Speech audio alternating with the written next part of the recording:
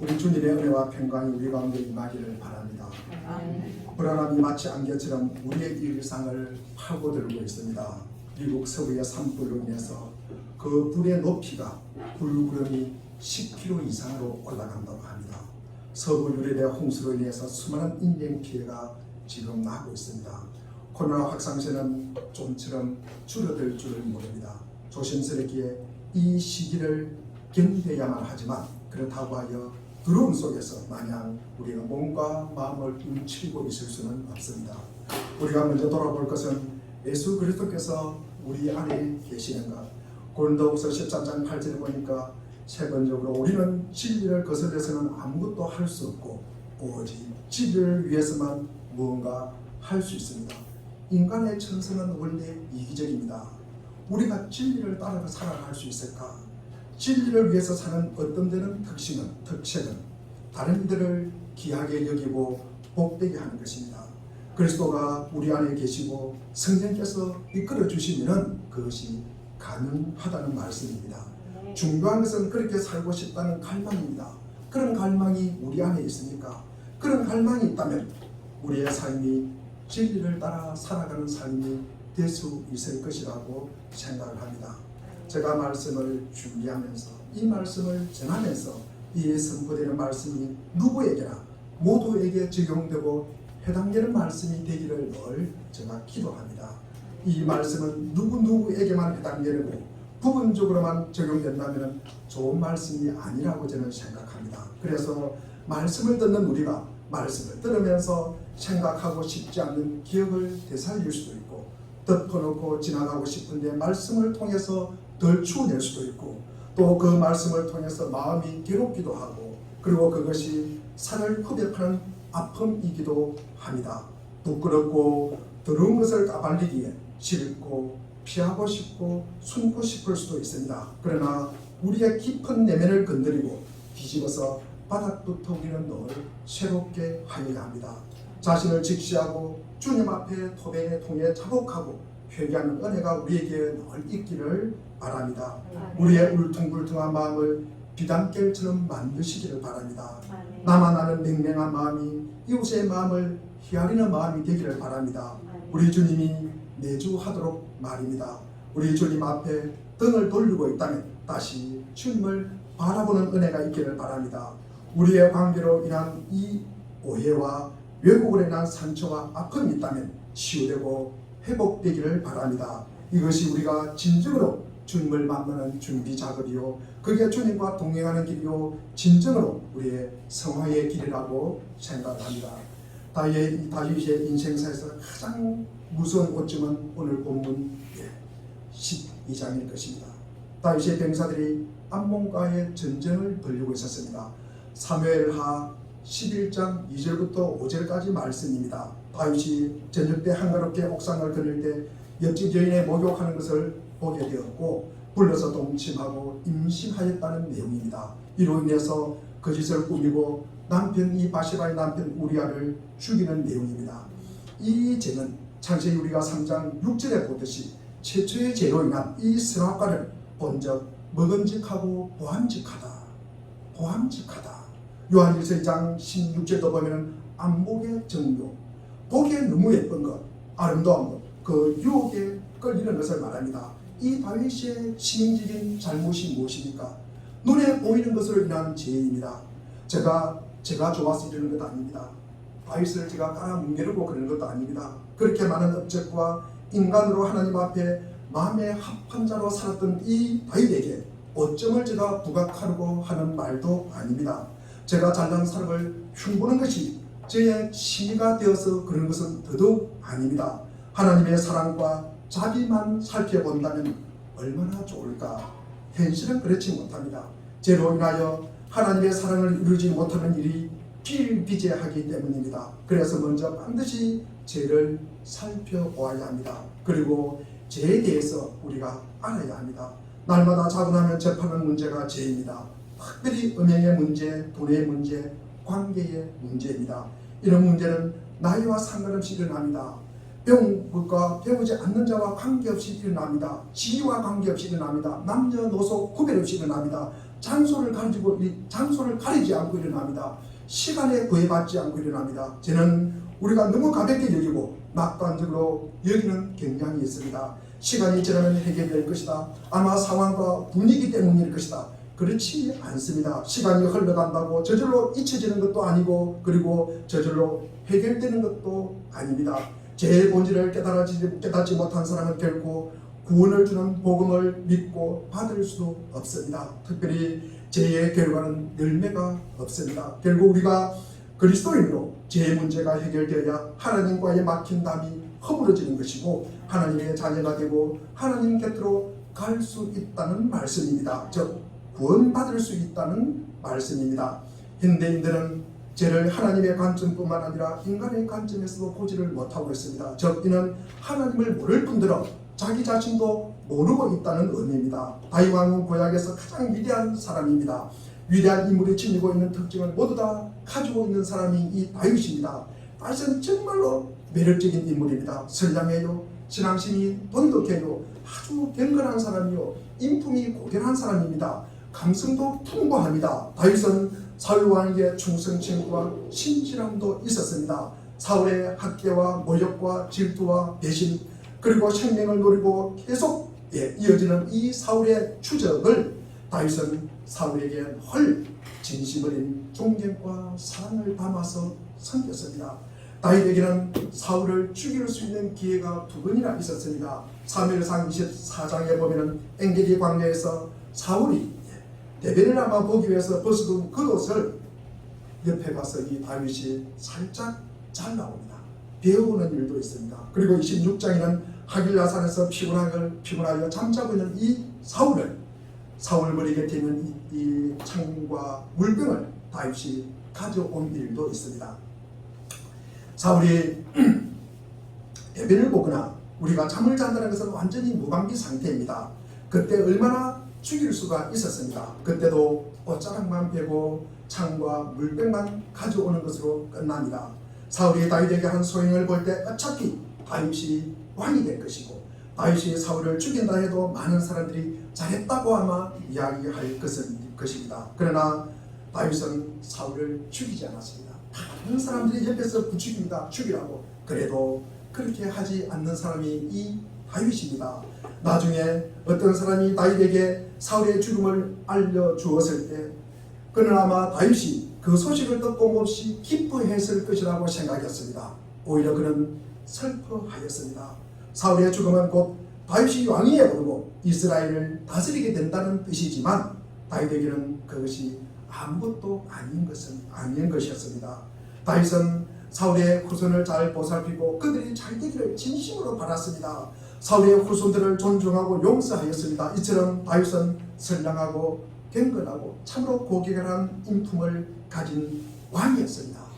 그런데 이런 다윗이 사무엘하 11장과 12장에서 이렇게 비겁하고 비열하고 말할 수 없는 이기적이고 천박한 사람으로 변한 것입니다. 거의 믿을 수 없는 일이 일어납니다. 그러나 이것이 사실입니다. 고결한 인품의 소유자였던 바로 그 사람이 이처럼 하나님께 충성스럽게 살았던 사람이 변절자가 되었습니다. 늘 용서할 준비가 되어 있고 어떤 모욕이라도 잘 감내할 준비가 되어 있던 사람이 바세바 남편 우리아를 죽이는 살인자로 변합니다. 다윗은 아주 고결한 사람이었는데 본문에 나오는 내용이 그의 인생의 가장 유일한 오점입니다. 그러나 끔찍하고 무서운 것은 그것이 그의 오점일 뿐만 아니라 그처럼 고결한 사람에게도 얼마든지 일어날 수 있다는 사실을 우리에게 알려주고 있다는 말씀입니다. 우리 사랑하는 물된 동산교회 교우 여러분이라면 그것을 어떻게 해명하겠습니까? 뭐라고 설명하겠습니까? 다윗 같은 사람한테 이런 일이 일어나다니 겉으로 고결한 인품의 소유자였는데 이렇게 완전한 대조되는 행동을 하다니 도대체 무엇이 그런 행동을 하게 만들었습니까? 단순히 그의 약점일까? 그냥 한순간의 실수일까? 지식이 부족해서일까? 죄인 줄 몰라서 그랬을까? 더 좋은 것들을 일시적으로 망각했기 때문일까? 아니면 다른 어떤 착각 현상일까? 지금까지 말한 위로도 그것을 해명하기에 부족하니까 다윗이 그런 일을 저지른 것은 더 깊고 심오하고 더 무서운 어떤 것, 즉 아주 강력한 세력이 있기 때문입니다. 그 힘은 여러분 안에도 있고 저 안에도 있습니다. 물론 늘 같은 형태를 취하는 것은 아니지만 그 힘은 언제나 거기 있으며 그 본성이 항상 동일합니다. 자신과 자신의 체험을 한번 생각해 보십시오. 마음속에 오락가락하기도 하고 할까 말까는 그 싸움을 잠시 생각해 보십시오. 지금 여러분을 사로잡고 지배하고 있는, 가끔 여러분을 사로잡고 지배하는 이 헛된 생각과 소원을 떠올려 보십시오. 사람들 앞에서 그것들을 모두 공개할 수 있습니까? 그러지 못할 것입니다. 이 무서운 이야기에 대해 나타난 죄를 제가 살펴보고자 합니다. 우선 첫째로 죄는 단순한 약점이나 아무 힘이 없는 것이 아니라는 말씀입니다. 오히려 사람의 눈을 멀게 하고 그 힘을 제압하여 가장 강인한 인간 본성도 피하게 만드는 하나의 세력이라는 것입니다. 하나의 세력이라는 것입니다. 우리는 힘으로는 죄, 세력으로서의 죄를 당연히 깨닫고 이해하고 있어야 하는데 그러지 못합니다. 즉 죄는 인간 자신과 동떨어져 있을 뿐만 아니라 인간에게 작용하는 어떤 요인과도 전혀 다른 하나의 세력이자 힘이라는 사실을 보지 못한다는 것입니다. 그러나 실로 바로 그것이 소름 끼칠 만한 무서운 죄의 잔악상입니다. 죄란 우리를 붙잡고 마음대로 조종해서 우리로 하여금 제가 선택한 것을 믿게 만들고 그리고 하게 만드는 힘이 있다는 것입니다. 우리가 이전에 갖고 있던 모든 예측과 결과를 뒤죽박죽으로 만들어버리고 그 대신 제가 선택한 것을 믿게 만드는, 하게 만드는 힘이 있다는 것입니다. 우선 제가 하나의 세력이라는 사실은 그것이 다른 모든 관심사야나 고려해야 할 사항들을 완전히 옆으로 제껴 놓는다는 사실입니다. 다윗을 한번 보십시오. 그가 지닌 한 가지 소원, 즉 정욕과 죄가 그를 완전히 사로잡고 있어서 그 밖에 다른 것들은 다 희생을 시켜버립니다. 그것이 국가든 그것이 인간의 생명이든 상관이 없습니다. 그것은 다윗을 완전히 다른 사람으로 만들어버리는 것입니다. 사무엘하 11장 21절을 우리가 한번 읽어보겠습니다. 시작. 유혹 에셀의 아들 아비멜렉을 쳐 죽인 자가 누구냐? 베일하다가 쓰러서 맷돌 기자를 그 위에 던지니 그가 에베스에서 죽지 아니하느냐? 어찌하여 승에 가까이 갔느냐 하시거든 내가 말하기를 왕의 종 햇사람 우리하고 죽었나이다 하라. 참으로 우리의 인간을 너무나 잘 나타내는 말입니다. 다윗의 신하 요압 장군이 한 이야기입니다. 죄와 세력이 얼마나 무서운지를 아는 사람입니다. 요압은 다윗에게 전령을 보냅니다. 전쟁에 관한 보고를 하는데 아마 요압의 전략상 잘못을 인해서 이 요압이 실수를 한 것 같습니다. 그래서 이 어떤 잘못이냐 그러면 성벽 가까이 가지 말아야 하는데 성벽 가까이 갔다가 전쟁에서 피하고 아마 군사들이 죽은 그 패배를 갖다가 보고하는 것 같습니다. 이로 인해서 다윗에게 전령을 보내서 이 이야기를 보고하는데 다윗이 그로 인해서 화를 내거든 칭찬을 받게 될 것이 뻔합니다. 이로 인해서 다윗이 전령에게 화를 내거든 둘같이 화를 내거든 그때 내가 이 이야기를 하리라. 요압이 전령에게 시켜준 내용입니다. 왕의 종 햇사람 우리라도 죽었나이다 라고 말하는 것입니다. 그러면 괜찮을 것입니다. 지금 다윗이 어디에 필이 꽂혀 있습니까? 다윗의 관심사는 지금 바세바와 지금 우리아를 죽이는 일에 모든 관심을 다 가지고 있습니다. 지금 국가의 존망이 중요한 것이 아닙니다. 전쟁에 승리한 것이 중요한 것이 아닙니다. 누가 많이 죽고 작게 죽고가 문제가 아닙니다. 전쟁의 승패가 문제가 아니라 우리아를 어떻게 제거하느냐. 그 사실을 요압은 알고 있었다는 것입니다. 그래서 우리아 죽은 이야기를 하리라. 그러면 괜찮을 것이다. 사실은 그렇습니다. 바로 이 우리아는 바세바의 남편을 제거하는 것입니다.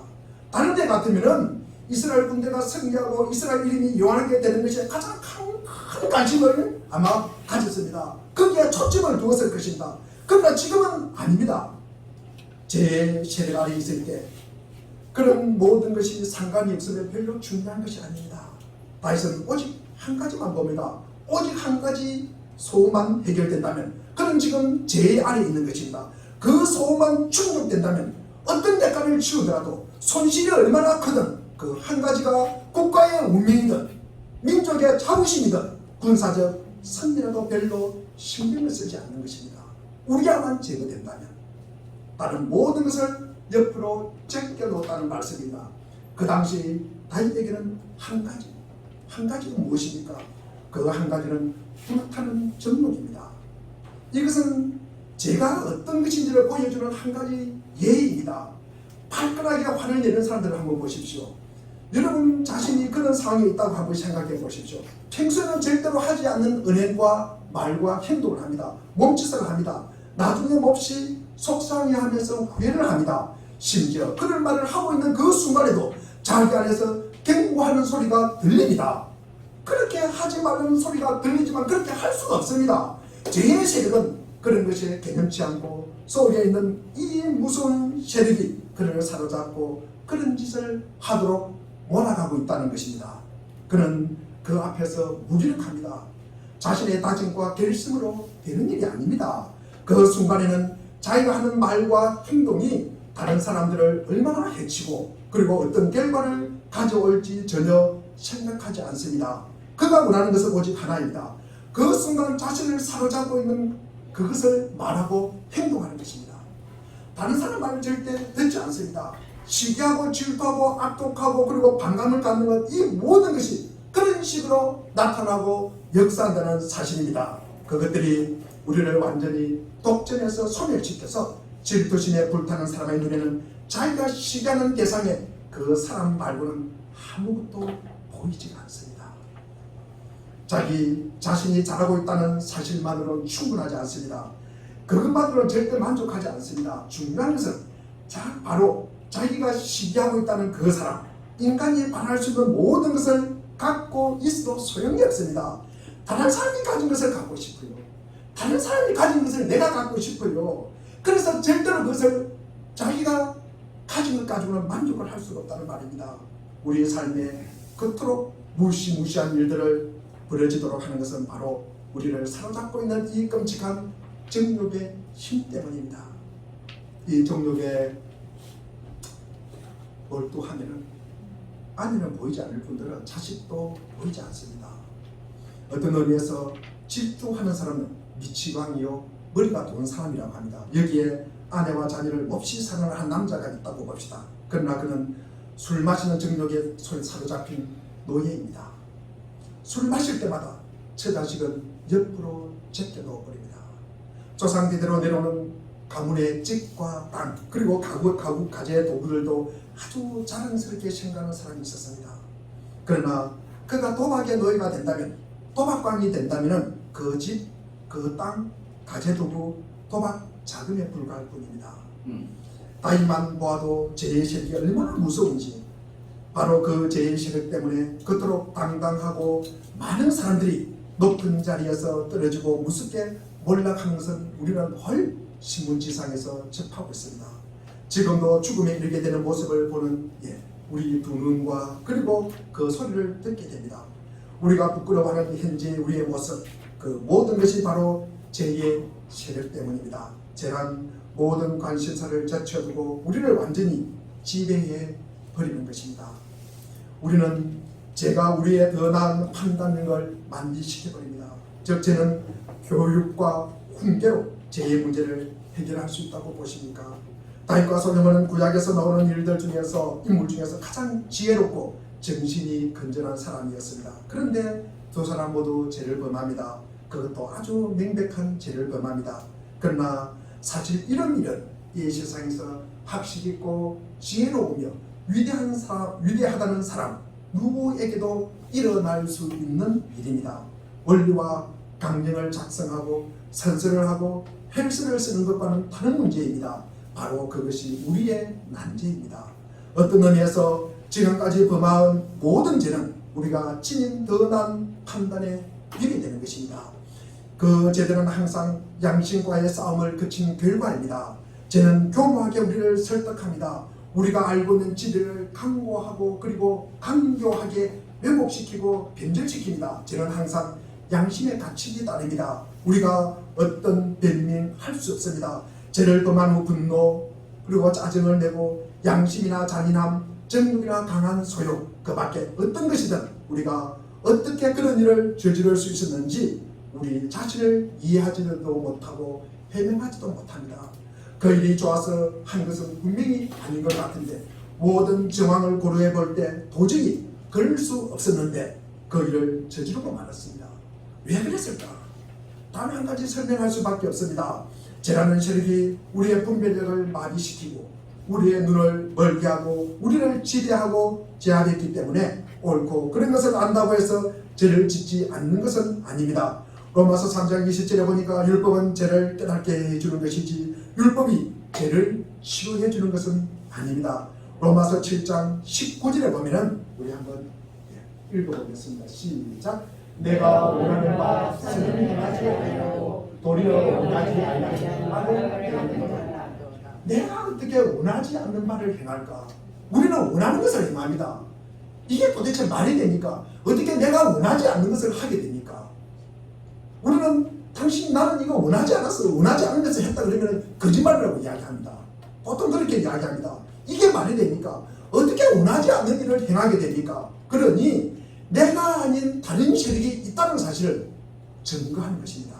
이것이 바로 유능한 사람, 학식 있는 교양인, 율법의 전문가, 바리새인 중에 바리새인, 다소의 사람 사울의 입에서 나온 고백입니다. 물론 지식이 훌륭합니다. 그러나 그것은 우리가 에베소서 6장 16절에서 보는 것과 마찬가지로 악한 자의 모든 불화살을 대적하고 우리를 보호하기는 아무 힘이 없는 방패에 불과합니다.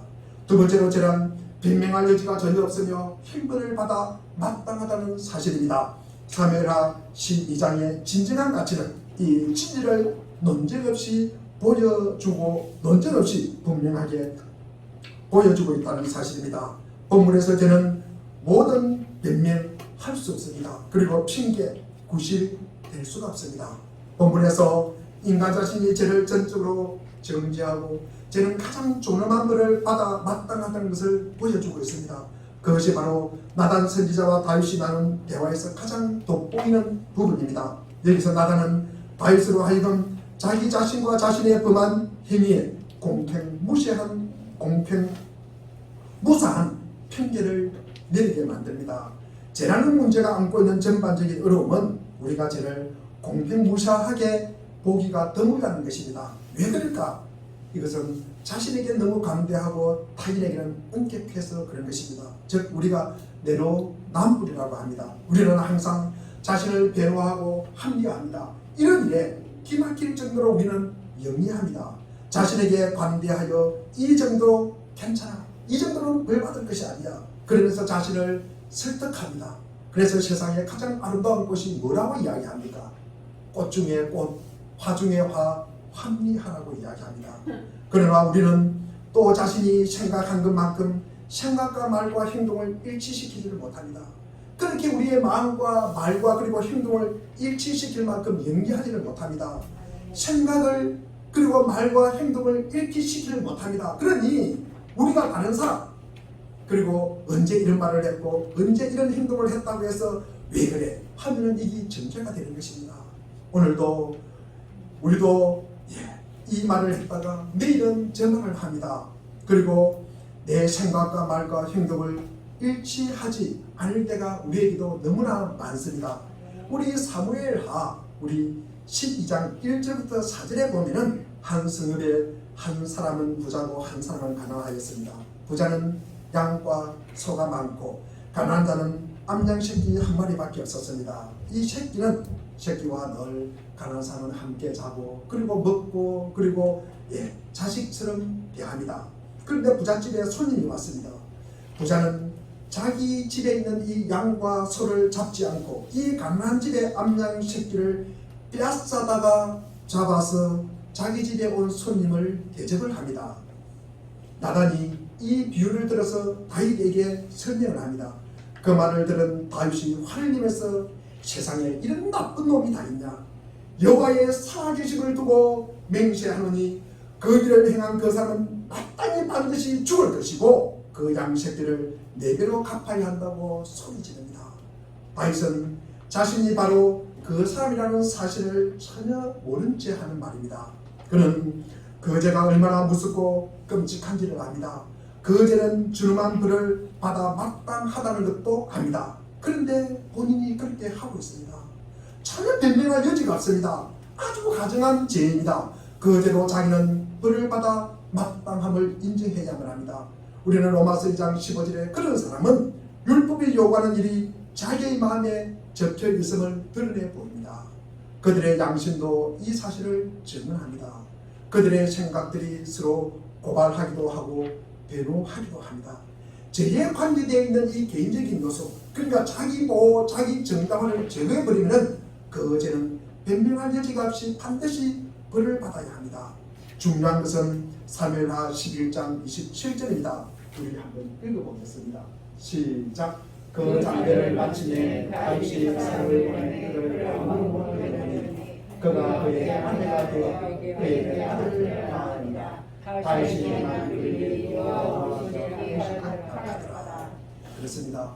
이 다윗이 바세바를 데리고 옵니다. 물론 그 전에 낳았던 아들이 죽게 됩니다. 그런데 마지막에 보면 주님께서 보시기에 다윗이 한 이번 일은 어떻게 됐다? 아주 뭐하다? 악하다. 주님께서 보시기에 다윗이 한 이번 일은 아주 악하다고 주님이 그렇게 평가를 합니다. 성경에서 가장 위대한 계시는 하나님의 거룩함을 드러내는 것입니다. 하나님은 죄를 미워하십니다. 죄에 대해 거룩한 분노를 일으키십니다. 죄에 대하여 반드시 벌을 받게 합니다. 사랑하는 우리 물된 동산교회 교우 여러분, 정말로 죄란 변명할 여지가 없다는 사실을 아십니까? 나단이 사용한 방법으로 우리는 죄에 대해 어떻게 판단하십니까? 자기 자신과 자신이 한 행동은 변명의 여지가 없습니다. 준엄한 벌을 받아야 합니다. 모두 우리 주 예수 그리스도의 복음을 믿는 그리스도인을 제외하고 다른 모든 인간에게 그대로 해당되는 말씀입니다. 영혼은 하나님이 인간에게 준 선물입니다. 생명 자체도 하나님이 우리에게 주신 선물입니다. 우리는 그것을 절대로 우리 자신을 위해서, 우리 자신의 만족을 위해서, 특별히 쾌락을 위해서 사용해서는 안 된다는 말씀을 오늘 우리에게 말하고 있습니다. 하나님은 우리가 그것을 잘 보호하고 보존해서 하나님이 원하시는 방법대로 다루라고 합니다. 마지막 날 우리의 청지기 사이에 대해 자신과 계산할 때 그 보물을 우리에게 주셨습니다. 자기 좋을 대로 살고 자기 기뻐하는 대로 하나님의 형상을 다룰 권리가 우리에게는 아무도 없습니다. 죄는 훔치고 악용하고 인간은 자신의 목적을 위해 하나님의 재산을 사용하는 반역자입니다. 여러분은 그런 짓을 한 사람을 정죄합니다. 그런데 여러분은 지금까지 자신의 영혼을 위해서 무엇을 했습니까? 하나님이 여러분에게 한동안 맡겨주신 그 생명으로 무엇을 했습니까? 지금 무엇을 하고 계십니까? 황금 같은 기회를 집어던지고 방탕하게 써버린 사람은 없습니까? 그렇다면 얼마나 어리석은 사람입니까? 우리는 또 이런 사람을 정죄합니다. 그러나 그것이 다른 사람에 대한 것이 아니라 여러분 자신에 대한 정죄일 수 있다는 사실을 깨달았기를 바랍니다. 하나님은 그리스도 안에서 우리에게 새 생명과 죄를 이기는 능력의 삶, 축복의 생명과 평강과 기쁨의 삶을 주고 계십니다. 그리고 이 세상을 떠난 후에 값없이 천국에 들어갈 수 있는 은혜도 주십니다. 그곳에서 우리는 영원한 기쁨을 누리며 왕으로 통치할 것입니다. 이 모든 것이 주님께서 제공하였습니다. 그런데 여러분은 그것을 받아들였습니까? 그 모든 것을 두 손으로 확 옮겨쥐고 최대한 결과를 만들어내려고 노력하고 있습니까? 혹시 그것이 지나친 요구입니까? 그 징계가 지나치다고 생각하십니까? 우리는 이 세상 방식을 즐기며 이 세상 생활을 즐깁니다. 단지 몇 년 정도, 아마 살아도 100년 정도 밖에 지탱하지 않을, 게다가 절대 참된 만족을 주지 못할 그런 것들에 매달려 있기를 더 좋아합니까? 이것이 합당하다고 생각하십니까? 여러분은 이런 짓을 한 사람에게 어떤 판결을 내리시겠습니까? 한번 생각해 보십시오. 그런 벌을 받아 마땅하다고 단언했습니다. 구원과 영원한 생명을 주겠다고 하시는 하나님의 제안을 거절한 사람은 지옥으로 갈 것입니다. 영원토록 비참하게 될 것입니다. 그러나 오늘 본문 그때 다윗이 나단에게 자백합니다. 내가 주님께 죄를 지었습니다. 오늘 본문의 제목입니다. 나단이 다윗에게 말합니다. 주님께서 임금님의 죄를 용서해 주실 것입니다. 그러므로 임금님은 죽지 아니하실 것입니다. 우리 오늘 본문 말씀 13절을 다시 한번 우리 읽어보겠습니다. 시작. 다윗이 나단에게 이르되 내가 여호와께 죄를 범하였구나 하매 나단이 다윗에게 말하되 여호와께서 당신의 죄를 사하셨나니 당신이 죽지 아니하리라. 아멘. 내가 주님께 죄를 지었습니다 라고 고백하는 자에게는 주님께서 우리의 죄를 용서해 주실 것입니다. 그러므로 우리를 죽지 않게 하실 것입니다. 어떤 방법으로 말입니까? 하나님의 아들 나사렛 예수께서 이 땅에 거하려고 내려오셨습니다. 하나님의 무한하신 사랑으로 아들을 보내셔서 그 아들은 이 땅에 내려오셨습니다. 그리고 우리 죄를 위해서 죽으시고 우리를 위해서 천국문을 열어주시려고 이 땅에 내려오셨습니다. 그렇게 오신 예수님은 고난으로 점철된 삶을 사셨으니 잔인한 죽음으로 참고 견디야만 했습니다. 그 모든 것이 우리를 위함입니다. 우리가 어떤 죄를 지었던 하나님은 그리스도 안에서 그 모든 죄를 다 용서해 주겠다고 말씀하십니다. 또 지금까지 말씀드린 그 모든 축복도 약속하셨습니다. 그런데 여러분은 하나님의 그런 은혜를 감사해 본 적이 있습니까? 하나님의 이름을 최우선으로 생각하여 모든 일과 모든 길에서 그분을 기쁘시게 해드리기 위해서 최선을 다하며 그분에 대한 고맙고 감사한 마음을 나타낸 적이 자주 있습니까? 하나님이 베푸시는 영원한 사랑을 거부한 사람은 지옥으로 떨어지고 행벌 말고는 아무것도 기대할 것이 없습니다. 받을 자격도 없습니다. 어떤 핑계도 없습니다. 죄는 전적으로 변명의 여지가 없으며 행벌을 받아 마땅합니다. 우리 모두가 처한 운명은 하나뿐입니다. 우리 모두 죄를 범했기 때문에 우리 모두 하나님의 것을 훔쳤기 때문입니다. 우리 모두 하나님의 영원하신 사랑에 적개심과 그리고 완악함으로 반응했기 때문입니다. 우리 모두 지옥으로 떨어진다 해도 불평할 수도 없습니다. 원망할 수도 없습니다. 우리 모두 다윗처럼 내가 여호와께 죄를 범하였노라라고 말하기 때문입니다. 그러나 하나님의 이름을 송축합시다. 하나님은 나단을 통해 다윗에게 하신 말씀은 지금도 우리에게 하고 있는 말씀입니다. 사무엘하 10장 13절 나단이 다윗에게 말하되 여호와께서도 당신의 죄를 사하셨나니 당신이 죽지 않으실 것입니다. 그렇습니다. 하나님은 우리의 죄를 허물고 거룩하신 그분의 독생자 어깨 위에 지우셔서 사해 주셨습니다. 고린도후서 5장 21절에 보니까 하나님께서는 죄를 모르는 분에게 우리 대신으로 죄를 씌우셨습니다. 그리스도께서 우리를 위해 죽으셔서 완전한 대속을 이루셨기 때문에 우리는 죽지 않을 것입니다. 그리고 그 죽음 때문에 우리는 새 생명을 가질 수 있었습니다. 더 풍성한 생명, 진짜 생명을, 영원한 생명을 가질 수 있습니다. 우리는 그리스도의 생명과 그리스도의 본성을 받을 수 있습니다. 그리고 그 능력으로 마치 그리스도께서 육신으로 계실 때 그러하셨던 것처럼 죄라는 무서운 세력을 이길 수가 있었습니다. 인생의 문제는 죄, 죄책, 죄의 세력, 그리고 죄의 오염입니다. 그리고 그에 대한 유일한 해결책은 예수 그리스도이십니다. 그러니 고린도후서 9장 15절에 말할 수 없는 그의 은사로 말미암아 하나님께 감사하노라, 이런 고백이 우리에게 헐 있기를 바랍니다. 십자가에 못 박히신 그리스도께서 죄책을 없애시고 죄의 세력을 깨뜨려서 인간의 본성을 새롭게 하십니다. 우리 모두 그리스도 안에서 이런 은혜와 복을 받아 누리는 복된 인생이 되시기를 간절히 축원드립니다. 기도하겠습니다.